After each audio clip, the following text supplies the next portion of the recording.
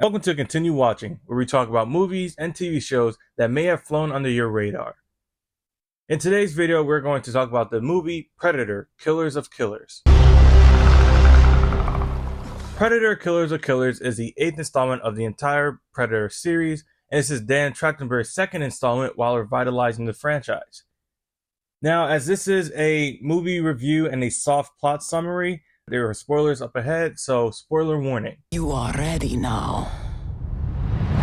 As I mentioned before, this is Dan Trachtenberg's second installment. He directed the movie Prey in 2022, now Killers of Killers that came out June this year, 2025, and there's a third one coming out by the end of November called Predator Badlands. This movie is an anthology story. It centers around three main characters. We have the Shield, Ursa, the Sword, Kenji, and the Bullet, John Torres. I find this art style very reminiscent of the Arcane series, and this movie also has incredible music and audio and visuals. It's a very pleasant movie to see. Now let's get right into the plot. We are first introduced to the Shield, Ursa. Ursa is a Viking warrior from 841 AD. She's confronted by a predator while on her quest for revenge on her father's killer. Hear me, Zoran, for fate has brought us together again. As she finally meets up with who she was hunting down, her and her team is then attacked by the predator. The team that she's with is immediately proven not a challenge for the predator, and they die almost instantly. This predator is brutish, large, and very strong. He has a powerful concussive weapon as an arm, which Ursa keeps finding herself evading or blocking in order to get past it. She finally defeats him by using her own strength, her shield, and his own weapon against him. Now, after she succeeded, her son died in her arms due to the wounds that he had during the battle. No. My son.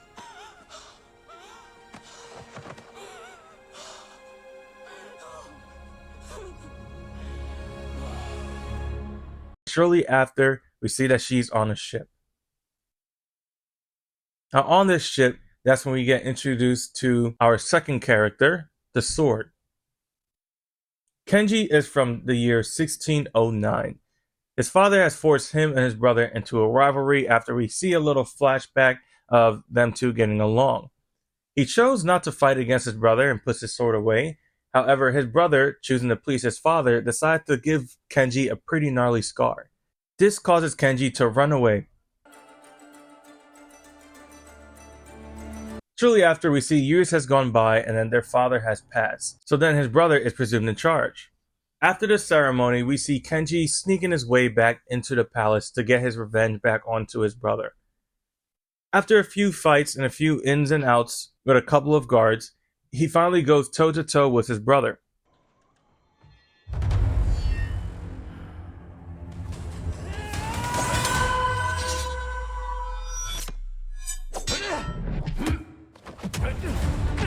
After he mistakenly thought that he killed him, that's when the predator finally decides to reveal himself.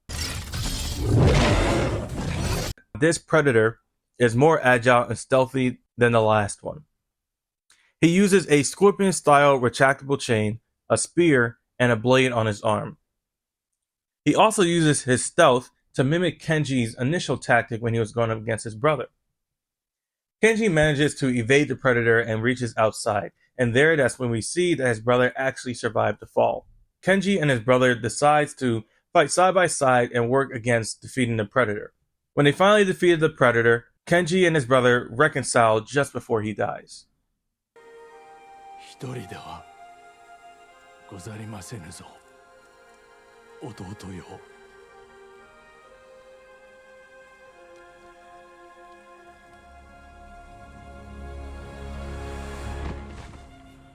This is when we fade back onto the ship and Kenji staring fiercely at our next character, the Bullet.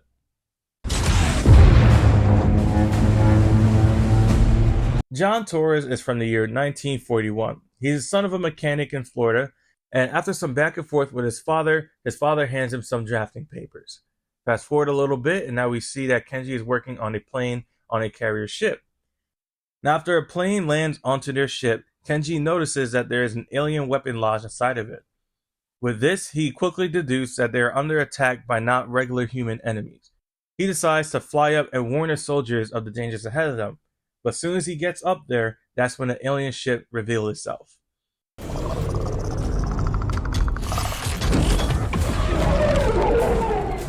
Now, this predator uses his ship as his main weapon, as our characters here are flying in planes. So they all engage into a dogfight, and unfortunately, one by one, each of the soldiers die, and Torres is left. Torres then succeeds against defeating this predator by baiting it to attack him, having his weapon turned back on itself.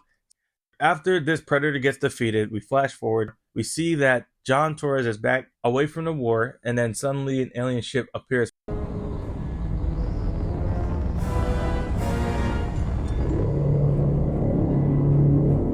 Here we see he's been abducted, and we find out him alongside the others have been put into suspended animation and frozen on ice. Oh God. Now that we have seen the background of all three characters, we can finally see them on screen all at the same time. Here we see our three main characters dragged into an arena. The Predator announces himself and he handpicked the three of them to fight each other. Now whoever wins out of the three must fight him in order for their own freedom. Due to the language barrier, Ursa is the main aggressor between the three of them, and she quickly decides that she must defeat the two.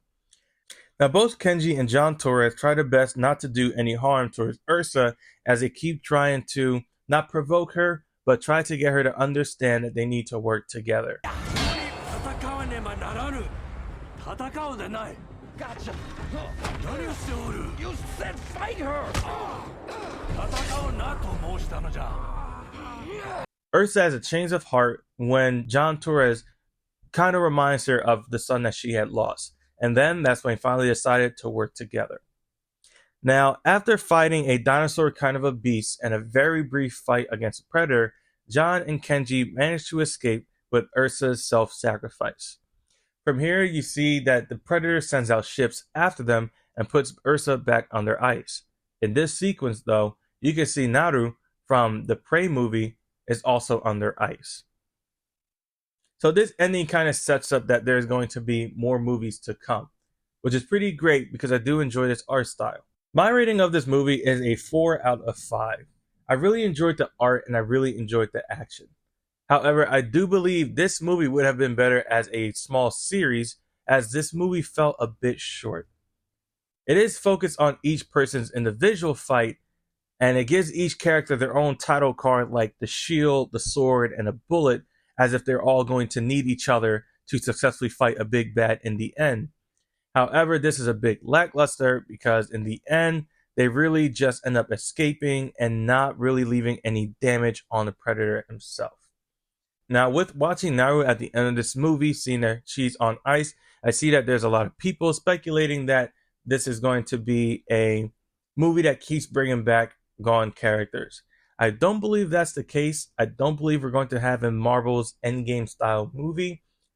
I don't believe that you'll see Naru and Arnold Schwarzenegger fighting side by side at any point in any future movies. And at the very least, that this is just a nice little nod to Dan's last movie that he created. Now, I recommend you to watch this movie as it's good. Hey man, can you take another look at this? This wraps up the end of the first movie reviews that are going to be posted out on this YouTube channel. Please feel free to like, subscribe, and comment any thoughts you have down below. That's all for today. Until next time, just make sure you guys continue watching.